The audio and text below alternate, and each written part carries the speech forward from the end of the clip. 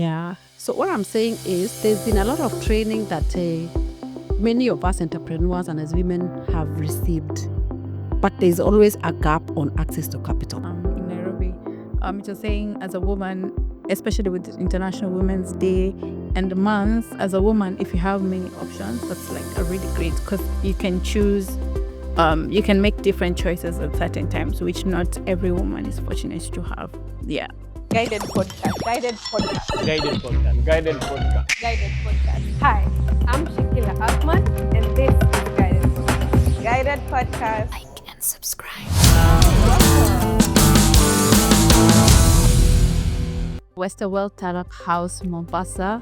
Through the Digitalents Program, we've been able to bring this podcast to life, and thank you so much for that. Welcome to the GuidED podcast, where ideas spark action and stories shape the future. I'm your host, Shakila Juma Akman, and this is the space where we break down the Sustainable Development Goals alongside the Africa Union's Agenda 2063, one story at a time. We get to sit with social entrepreneurs, visionaries, change makers, who have turned challenges into opportunities and ideas into impact. If you're passionate about shaping a better world, hit that subscribe button and share this video with someone you think needs to hear it. Let's keep the conversation going. Now, on to today's guest. Today we are blessed to have Wanjiku Wambugu here with us, and she is a powerhouse entrepreneur, a CEO, and the founder of Nyali Capital. Nyali Capital is a leading financial institution driving economic empowerment and financial inclusion. With a passion for bridging the financial gaps that are there, she has revolutionized credit access for small, medium enterprises, fostering growth and financial literacy. Beyond business, Wanjiku is a mentor, a thought leader, and a dedicated woman to empowering women and young entrepreneurs, shaping conversations on financial literacy, independence, and sustainable wealth creation in Kenya. Thank you so much for joining us, Wanjiku. I'm honored to be here. Thank you for the invitation, Shakila. You're welcome. Yeah. So we'll start with a fun question. So if you had to choose one for life, would you rather have a limited investment capital but build an incredible career in this financial space, or all the financial knowledge in the world but start with zero capital? The first one. The first one? Yeah. Why is that so? Learning is for life. Yes. So with or with no capital, you keep learning. But at least with the little or limited knowledge that one may have, and with some capital, you can start off something. Definitely, yeah. Awesome. Interesting choice. So speaking of financial knowledge and smart investments, you've built an incredible career in this space. Wanjiku, tell us about your journey and how Nyali Capital came to life. This is always a long story, but I always attribute it to my arrival in Mombasa. Business for me has a lot to do with when I arrived in Mombasa in 2009. Although before that, I was employed and I felt like my salary was not enough. I was working in Nairobi. Just when you finish university, you get one job, you get on to the next, and still kind of can't make ends meet. And of course, the salary increment was becoming an issue. And so me and my friend, a colleague, we decided we need to start more business. And we had seen people go to Uganda, get some jeans, some shorts, and come sell. And we thought we had a market for that. Yeah. So one Friday, we just hopped on the bus and to Kampala on a Friday evening after work. And then you're back on Sunday morning with stuff to sell. What I would actually call hawking. So Yeah. we actually hawked that, and somehow our life became a little bit more bearing. Like looking at life from, of course you can't force your employer to increase your salary. Definitely. But there are other ways you can look at that. So the revenue side, your income side. So we're able to increase our incomes. our expenses were the same. You have rent to pay, you have transport to pay for, but at least with more income, that business really helped. Yeah, hard as it was, but I think it really helped. And I feel like that was the start of my journey. I can say that was around 2002 and 2003. Oh, wow. That's a long time. I was bored. Yeah, and then I got a family in 2005. I got married. My husband has been working in Mombasa when by the time we were cutting up, although we met when we were working for the same organization before that. And even during our wedding, we are still staying in separate spaces. But at some point, we also needed to come together. So there's a course I remember I did. I don't like to miss to say this. I did a course in counseling psychology for different reasons. And by the time I finished doing that course, what it worked for me is that I needed to have my family together. So by the time I finished, I packed and joined him in Mombasa. It was not easy to join, but I did.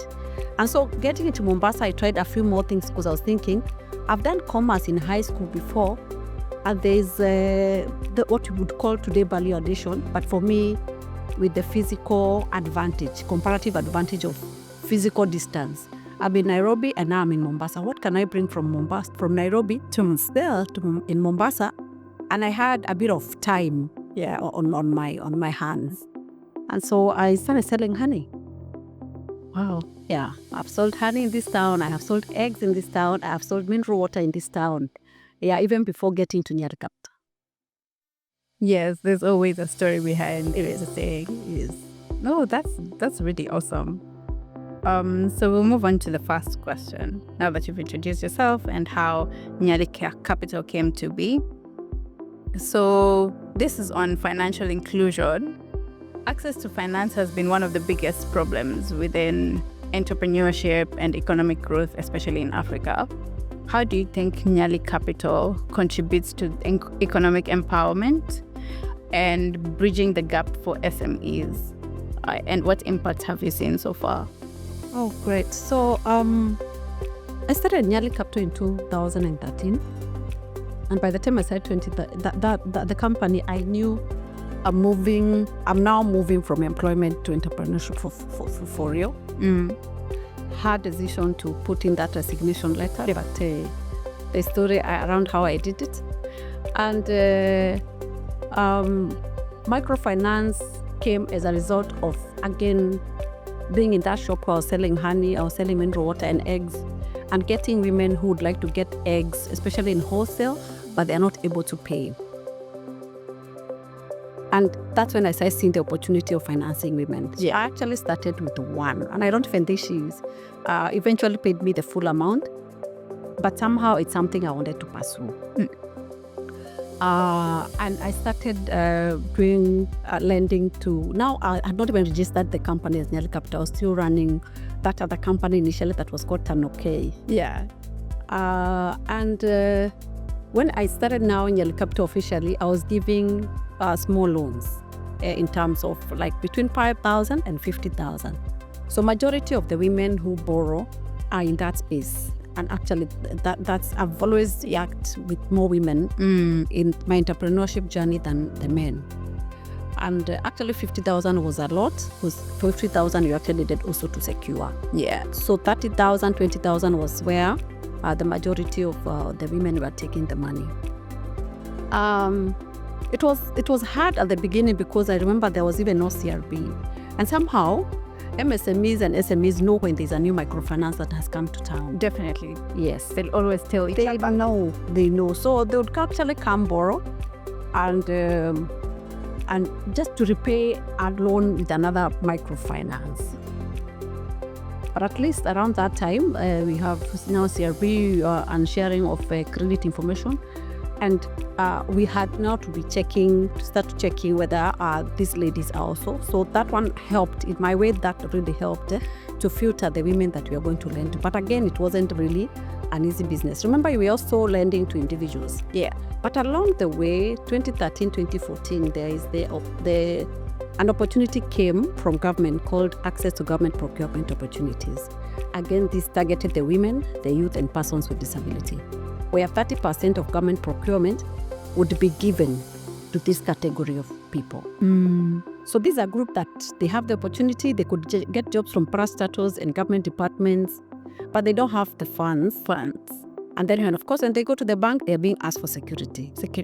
So for me, I came up with what I would call an innovative idea. Yes. And I could finance these ladies.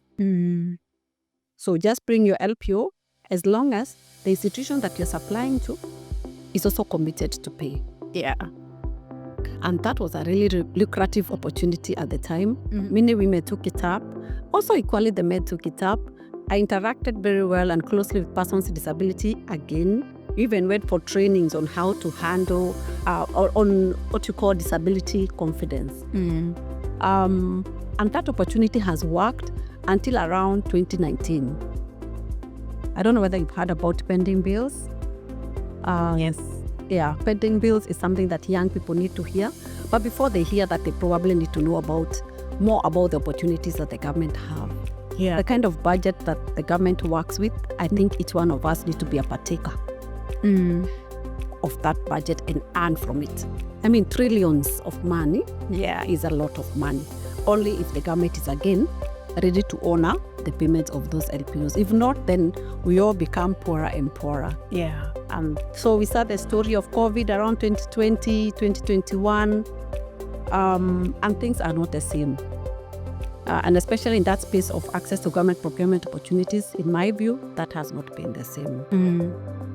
But that's a space we moved from the business loans of 30,000, 15,000 to women that we are financing in hundreds of thousands. Oh, wow. Yes. That's awesome. Women that we're financing in millions. Wow. Yes, the picture of before and the picture of after, even in terms of the company, now Nyali Capital, and even in terms of the women that we finance and the people that it's a transformative one. Yeah. You know, I mean, because the first lady that we financed, an LPO that she brought, she was also one of our clients who had taken a business loan before. And now she's here looking for around 300,000. Wow. We're thinking, I mean, we do 50K here max. Yeah. Now you're looking at hundreds of thousands. So that became an opportunity for us, but also an opportunity for the women. Because we said, you come, we're going to finance you 100% on cost. Maybe you have, which means if you have an LPO for 300,000, probably you're looking for 150,000, 200,000 to be able to meet the costs. Yeah. And then you supply. When you're paid, you also pay us. Yeah. So that has really, that really worked. It's not our focus right now because times change. Oh, wow. You pivoted? Times have changed and you got to pivot your business. Yeah. But the market has said, we are not, this side is not promising. Yeah. We also move to the other side. True. Also because I don't think I have any intention personally of looking for a job. Definitely. No. Yeah, you can't go back there. Doing this. I think maybe forever in them. Yeah. And so business didn't quite work. And I can share, I mean, I started in Mombasa 2013. In 2016, we opened a branch in Nairobi. Oh, wow. Yes. In 2018, we also had a branch in Eldoret. Yeah, it was an opportunity that was needed. Yeah. I mean, people, I mean, there are places would go and someone would like, gosh, you're God sent. Yeah. You're really God sent. So, but of course, the pending bills, what you hear is the pending bills is really tough also on us. You know, there's money even up to today you've never been able to collect. So you collect like slowly. And that also means even the customers who did those jobs have also not been paid. True. Yeah, so and so we had to change focus. And my focus today is different. I'm now not financing the SMEs per se, but I'm doing the MSMEs. M means the micro small. So micro small is the lady in that mtaani doing viazi karai, Mama mboga, yeah. That category, and it's amazing how to see how they can scale up with little money. They form themselves into a group. We train them about our products. We have the biashara loan, we have school fees loan, we have emergency loans, and you can get a loan like once you join, we train you like after 4 classes, you get a loan that you can pay for 3 months. That's cycle 1. Then you have cycle 2, you can pay for 6 months and graduate that amount depending on your capacity to pay. Cycle 3, you pay up to 9 months, and then cycle 4 up to 12 months. So that is what we are currently doing. We've only started to do this in Mombasa. Yeah, and beyond that, I've also realized there's a category of women who require a lot of financial literacy. Also, I feel like they're like me. Yeah. They're not likely to start working on their CV. Yeah. At least sometimes I'm even asked for my CV and profile, and like, do you like, I need to update it. I think for them, no one will ask them for their Definitely. CV. So the best we can do in the space that they're in, we try to push them to learn a few more things. So I was telling them the other day, nyinyi wa mama mtasoma for life. Sasa mjitayarishe. Yeah.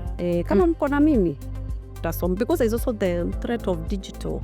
The digitalization, which again, most of them have not reached that level. They probably use their accounts of social media for social, and not for business. So there's quite a bit of work. And so we are meeting at them at the point where they are at, training them at the level they are at, with materials that just speak also their language in very simplistic terms. And that is something that I'm personally doing, training them.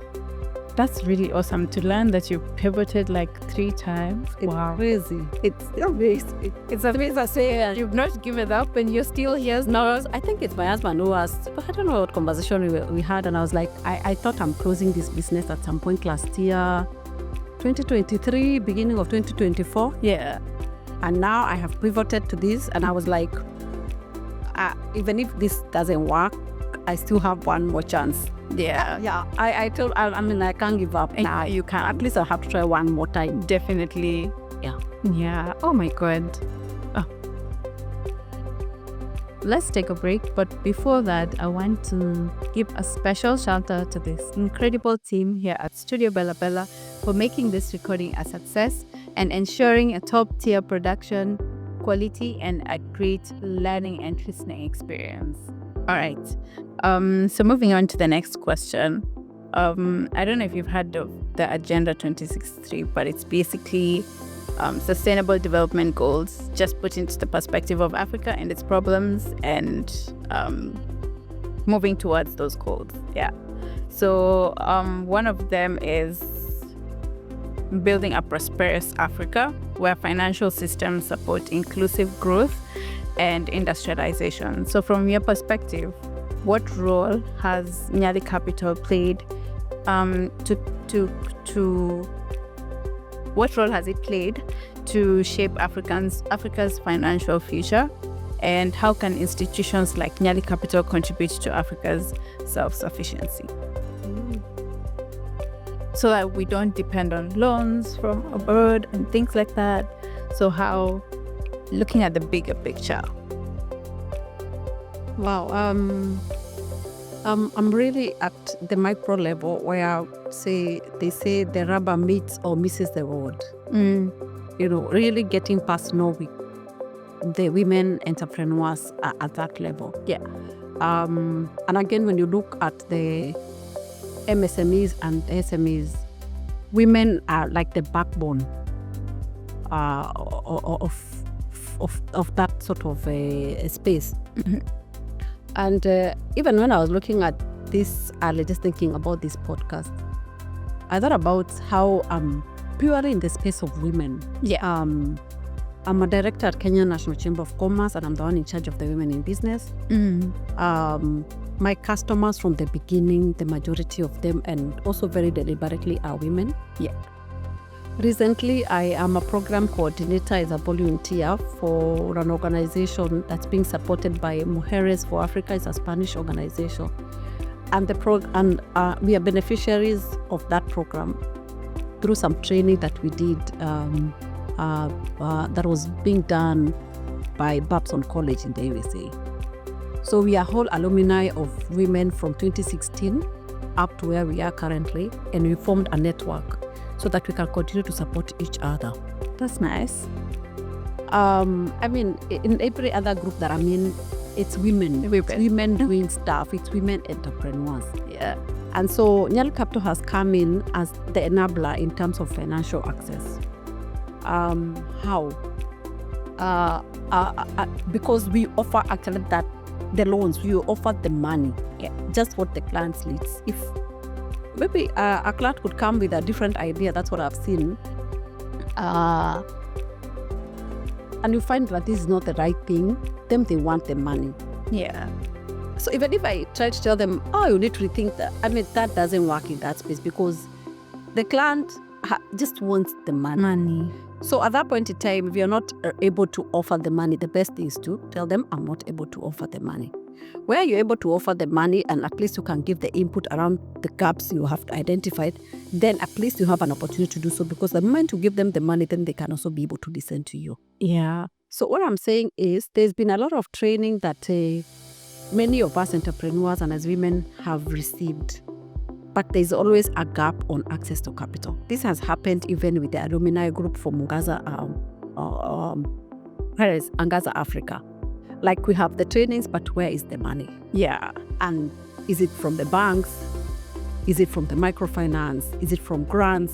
We want now to have those conversations. Many of us are ripe for that. True. At the same time, you realize the women that I'm particularly financing at the ground level are the MSMEs. The money that they get from the little trade that they do is everything. They use the money at home. Yeah. They use the money to pay school fees. They use the money to travel. It's that business. For medical, to seek medical, to go to the hospital, that's the amount that they use. So even in terms of impact, what I say we provide, we are not only providing the financing to the women, but more. It's like a livelihood, in my view. And that's why I'm very keen that we keep training them. Yes. So right now I have a cohort of 50 women that I'm training in Kembeni. Mm-hmm.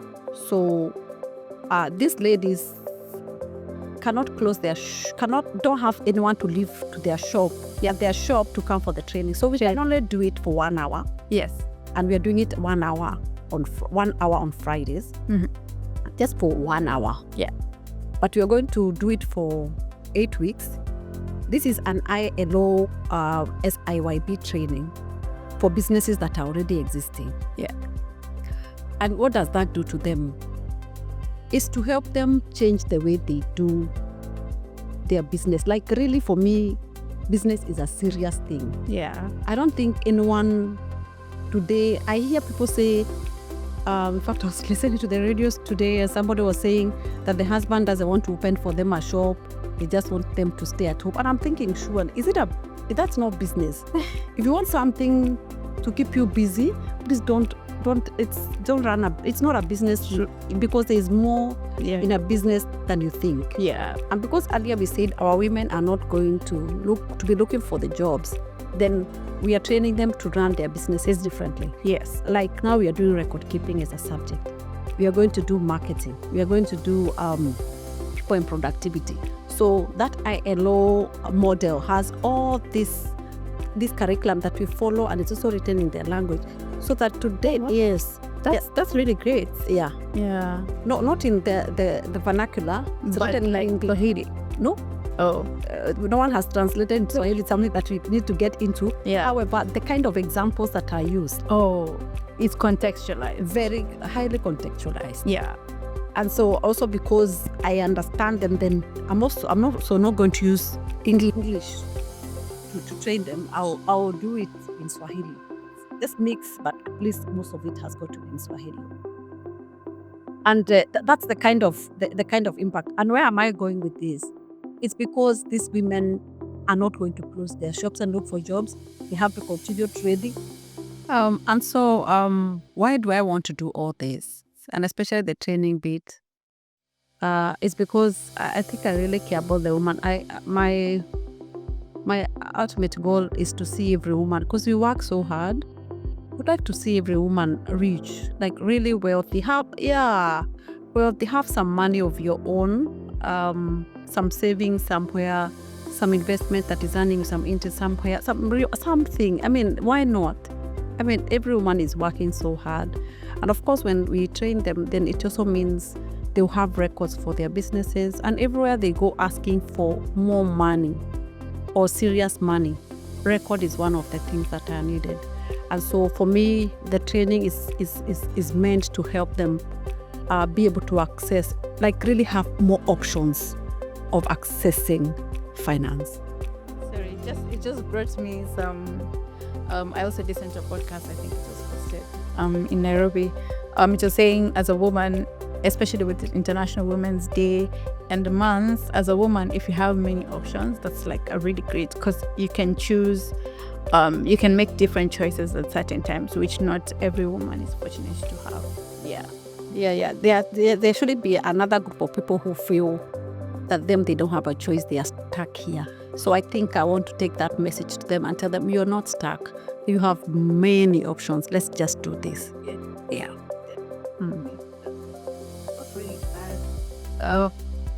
So we'll talk about how fintech is revolutionizing, and the OBIP helps Digicats to load in honey and take a card. How do you see technology as a tool to reshape the financial sector, and how does Nyali Capital be able to utilize this technology to leverage digital solutions to expand access to credit? Interesting. Can't do without fintech. Yeah, it's here. It's here, and again, part of the training that we'll get into, there's a course also by ILO known as the Women in Digital Business. I just completed that course actually this week, and the idea is to keep training women on digital business. As we continue to finance our women, we also do carry out a survey, and one of the questions we've asked on technology is whether they own a smartphone. I was looking at the results yesterday, and amongst the 189 responses that I have on that question, 76% of the women have smartphones. That's a really great thing. So it means there's a lot that can be offered to those ladies, whether they'll do their businesses better, whether they're going to be able to also keep records using the apps that could be used online. They just need to have apps, a training brought to them, and what better use they can make with their smartphones. So at Nyali Capital, we are keen, again, the next training that we shall do will also be on digital marketing, because I'm actually now required to train the first batch of 10, then of course 10 more, and so on.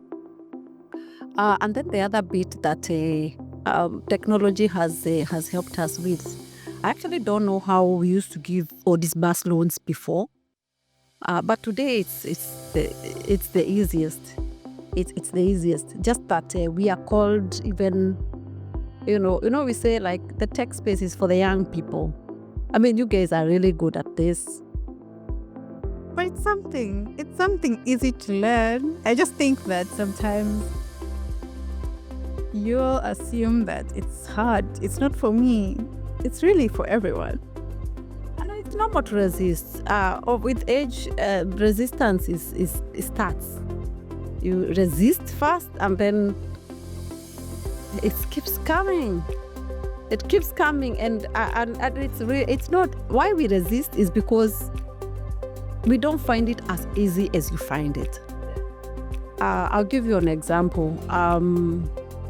I do disbursements through M-Pesa, and that system is not easy. Maybe anyone listening will think, gosh, but for me to get to the space where I am in now, because now I can actually do it in a minute, it took me a lot of time. Yeah, and that's why I'm feeling like that's simple, and there's still more to learn. There's still a lot more to learn, and that's why I'm like, I have to go to my SMEs and tell them, hey, I'm also not young doing this. We got to do this. Yeah, we have to catch up. Otherwise, we will not be in any businesses at all. So, I mean, the way things are happening today compared to how they were happening 10 years ago, there's a lot of revolution. and we are catching up, and it can't be slowly. Yes. So for the nature of business that we do, then you also can't do it manually. You must have a system where at least even when the loans are paid, the system maybe updates automatically, and even maybe disbursements are integrated with the system so that you can actually just do something once, and of course even how my officers, for instance, my staff are relating with the clients. Can we be able to get to a point where maybe we even have a client portal and they can check a few things, maybe their loan balance and so on? Those are the spaces we need to get into. We may not have gotten there, but I keep on saying, and this is also my goal, like on my own, because I'm not a tech person and running the business of Nyali Capital, and it's a financial institution, I may not go very far with the only skills that I have. And as much as I am growing myself, I still need a resource who understands tech much better than I do. And for me also to be able to take Nyali Capital to the next level, maybe the next investor or the next co-owner, has to have techie and maybe the capital as well. Yes, definitely. That's really important. And I think sometimes as an individual, you have to accept that, okay, that's not my portion, but I will try and maybe just take in someone who is really equipped with those skills and actually help them. Yeah, because they are the needs of the business. You separate yourself from the business. The business is really not me. Yeah, what does Nyali Capital need? Nyali Capital, Wanjiku was removed from Nyali Capital. Will Nyali Capital still?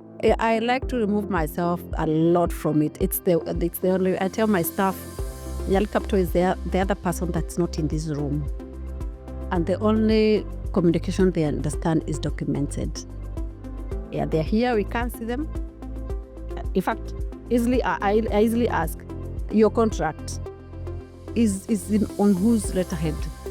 Is it Wanjiku Wambugu or Nyali? It's like, yeah, me, I only sign it on behalf of Nyali. I also work for Nyali Capital. So I really care about that baby. My work is to take care of that baby. And what is good for it, I'm like, come. Yeah. And that's my prayer that the women businesses could get to that level. We are talking about our business like we would talk about your child who has now gone into university, you think there's an attachment, but they are kind of gone. Yes. It's really true. That's a good analogy. Like, you have a child, you take care of them, but you're still stuck to this child. But they're also still grown and they want to be independent. Yeah. That's an interesting perspective. We'll move on to one of the last questions. So with Africa's growing population and increasing need for economic empowerment, what does the future of financial services look like in Africa? What have you seen it to look like? And what steps must be taken to ensure finance is accessible and inclusive for all? Good question. The perspective of Africa for me, when Africa is mentioned many times, I kind of feel 10 here that the growing population and the ones that is actually coming to surpass us is the one of the youth. Yes. So the question of financial access and inclusivity cannot be answered without looking at the consumer of today and the consumer of tomorrow to be that young person. And in what space, form do they want to be able to access their financing? So today, the women that I finance are mostly not the young women, but because they are the ones who understand the group. I'm sure maybe like your parents, your mom, probably one day she belonged to a group. We cannot relate, or your auntie or somebody. So it's like for those older senior people. So is that a language that maybe the young people understand today? Maybe, but differently. So the way I like to look at this, for me, even in terms of a group, because there's a way when you borrow money in some sort of a group, there's accountability. And I see this developing quite a bit through the incubation and acceleration centers that have come up in so many spaces in Africa. I may even speak about Mombasa on its own and how it's developing the young people and the startups, and that becomes some sort of a group. Those units are very many here. There are also very many all over. So the idea is to get the youth together. So can we also be able to use these same spaces and train the young people on financial literacy, investments, loans and how we go about that, grants and how we go about that. So I think there's a space where collaborations, then we work. The financial institutions working with the hubs, what we call the hubs, so that every time I think there's constant interaction around money. And yes, because that's what's bringing us here. Yeah, it's money, it's wealth. How do we, the young people, relate with wealth? Why do they think that our way of having looked at it is different and we don't like it? Can we constantly have this engagement so that at the end of the day, we have loan products that suit the growing population of the young people? Wow. Didn't expect that answer. But yeah, that's really great. I feel like I'm really... So one last question. What advice would you give to young entrepreneurs and professionals looking to make smart financial decisions and build wealth? Nice. I mean, we all agree that the young people have tasted the money, and they also love the money. They would also like to become wealthy. I mean, it was nice to listen to the radio yesterday. Someone talking about that if you write a will when you're single, that you get married, and you didn't change the will, then that will becomes it's not functional. Really? Yes, that's what I had already. Yeah, because circumstances have changed. You wrote the will when you're single, you get married, and probably you pass on, but you didn't change the will. So because circumstances changed then, and I was thinking, in fact, somebody was asking, so when did single people start writing a will? Then it also means if they did start, then they have some wealth. Yeah. Isn't that a good thing? Yeah.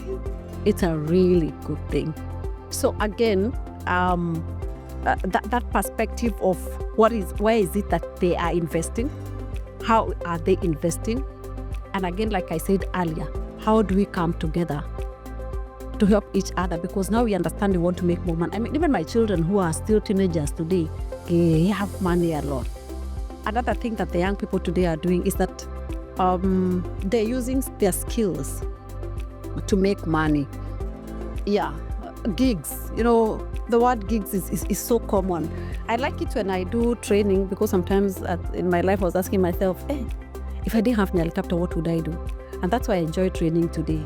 I enjoy training and also the mentorship that I'm doing, because then many times you're being asked, send your invoice. You know, the words you want to hear.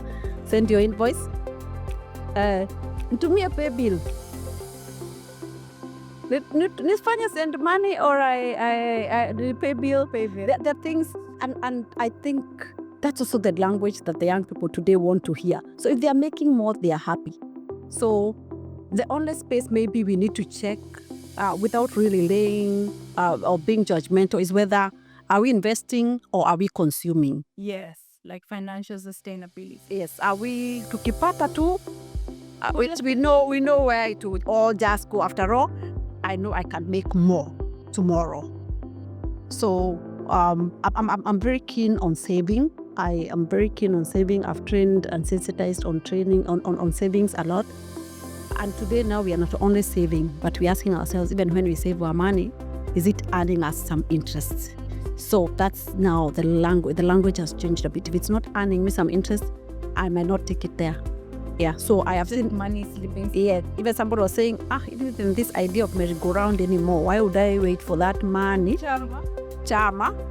And if I put it maybe in money market, at the end of every month, it's earning me some little money. So again, the language of Chama is changing, where maybe you can keep this money together. It earns interest. You can take it now and divide it when it's more. So those are some of the dynamics that are happening today, instead of continuing to do things the same we were doing before. So yeah, and I think maybe just seeing the young people interact with money lessons. And I think also like putting yourself in spaces where you're challenged as well. Yeah. Interact, do the hard things. Like you're asking us to learn digital and we have no choice, we are going to learn. But when you keep some little money on the side, if you're running a business, I have a nephew who runs a business, and I was asking him, why don't you buy a house or at least construct? Yeah, it might be easier to buy. It's like, but rent is so affordable. Rent. But I'm like, if one day this business is not going the way you had anticipated to go, if there's one thing that's going to be very expensive on you, is rent. So when you have an opportunity to do that, and you see, if you're running a business and you can take up a loan and the business can also be able to sustain the payment, that's the time that you also start to invest on how else can I invest? Because many times also, business like life, business has a life like life. There are ups and downs. So when the business is doing so well, look at what investment opportunities that you have, so that in case this business is not behaving the way I thought it would behave, I'm not really suffering because I am earning from some investment probably that I made. So those are some of the hard decisions that you have to do, because you have to really forego some fun, some happiness, but you don't completely forego. We're probably just overdoing. So mine is to ask the young people to interact with money lessons, interact with people who are the owners of capital that you know, and find out what happened differently. But you can never grow rich by spending. Trust me. You can never. What about those people who say, tumia pesa ikuzoe? I mean, I would like them to continue with the experiment. They shall give us the results. I don't know how they are. You can't tell me how the results are going to be like, but if there's one experiment one should not do. It's spend to see if this money can actually get finished. That experiment is really expensive. But let's have a control one, the ones who don't, and maybe the ones that do. Let's compare results. Yes. Listen. And also, peers, they say, pesa haina kelele. The person saying that, I'm not too sure if they even have it. Oh my goodness. So here at GuidED Podcast, we have a challenge called Pass the Torch. And this is where you suggest one change maker you think we should feature next and why.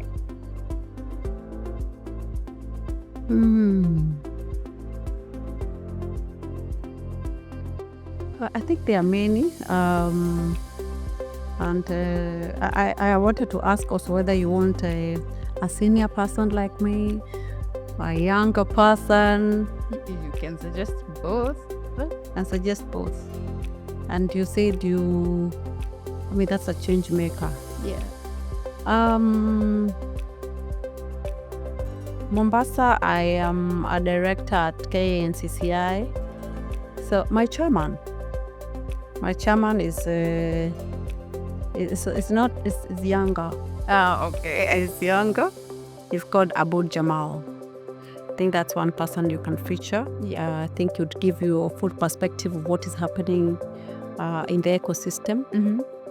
And for the young person, I have my son, budding chef Eric. Yes. I think Eric is a change maker. Selfishly. That's great. That's really great. So one fun question before you leave. If you could have one financial superpower, whether it's predicting the stock market, making unlimited investments, or instantly eliminating debt, what would you choose?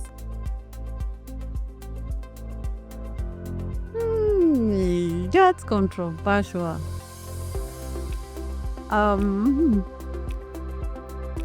What's the priority for you? I think if people dealt with debt better, they'll be doing very well financially. Yeah, if probably they just use debt for the right purpose.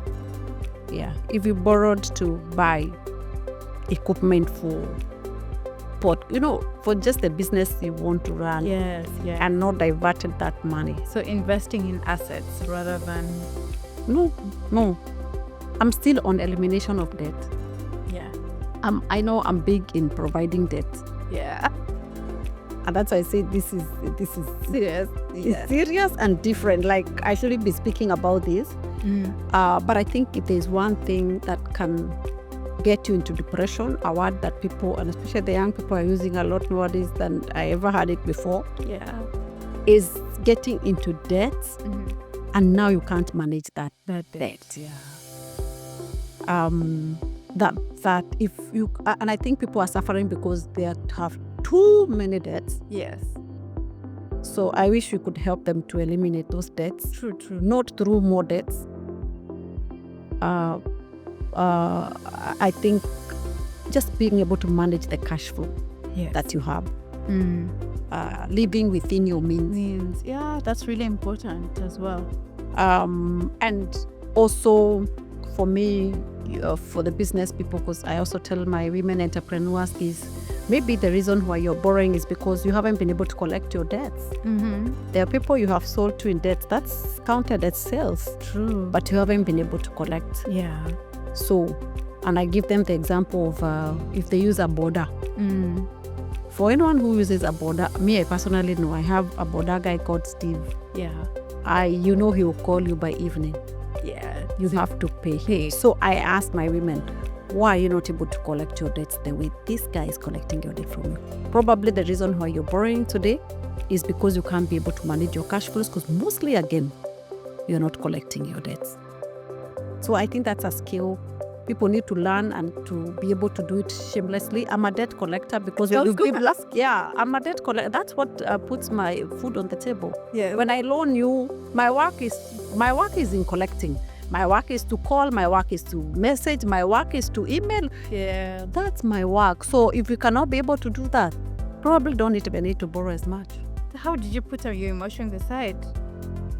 But we said there's the business that needs to be taken care of. The business can be sued. Yes. The business pays its bills. The business is invoiced. Yes. You get what I mean? Yes. So if it's being invoiced and then it's not being able to collect, so who does the collection? Yeah. True. So the emotions here, I think it's something you want put to aside.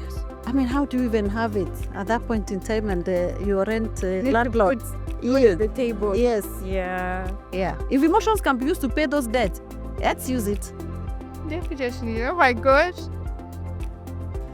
Yeah. Oh my God. It's been great having you here just to hear your perspective. This has been such an insightful conversation. Wanjiku, thank you for sharing. Thank you for sharing your journey and wisdom with us. It's been a pleasure to have you here. But before we wrap up, where can our listeners connect with you and support the work that you're doing? Oh, interesting. Nice. So we, Nyali Capital, are based in Mombasa. We're actually in Mombasa town.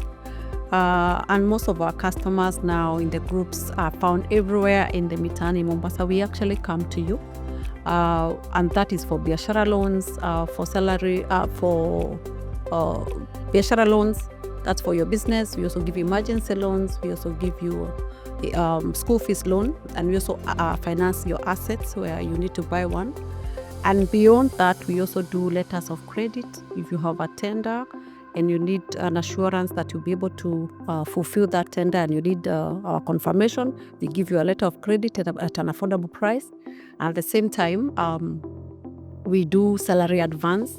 If you have employees and you're giving them salary advance, you probably think that you can do something else with that money. Yeah. Partner with Nyali Capital, you'll be giving your staff the salary advance while you take care of your core business. Oh my God. So you can email us info@nyalicapital.co.ke, and you can also call us on 0718 87 61 10.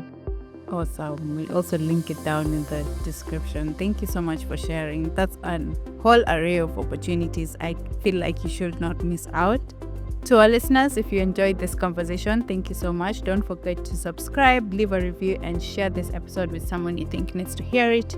Let's continue learning, growing, and making a difference together. Until next time, stay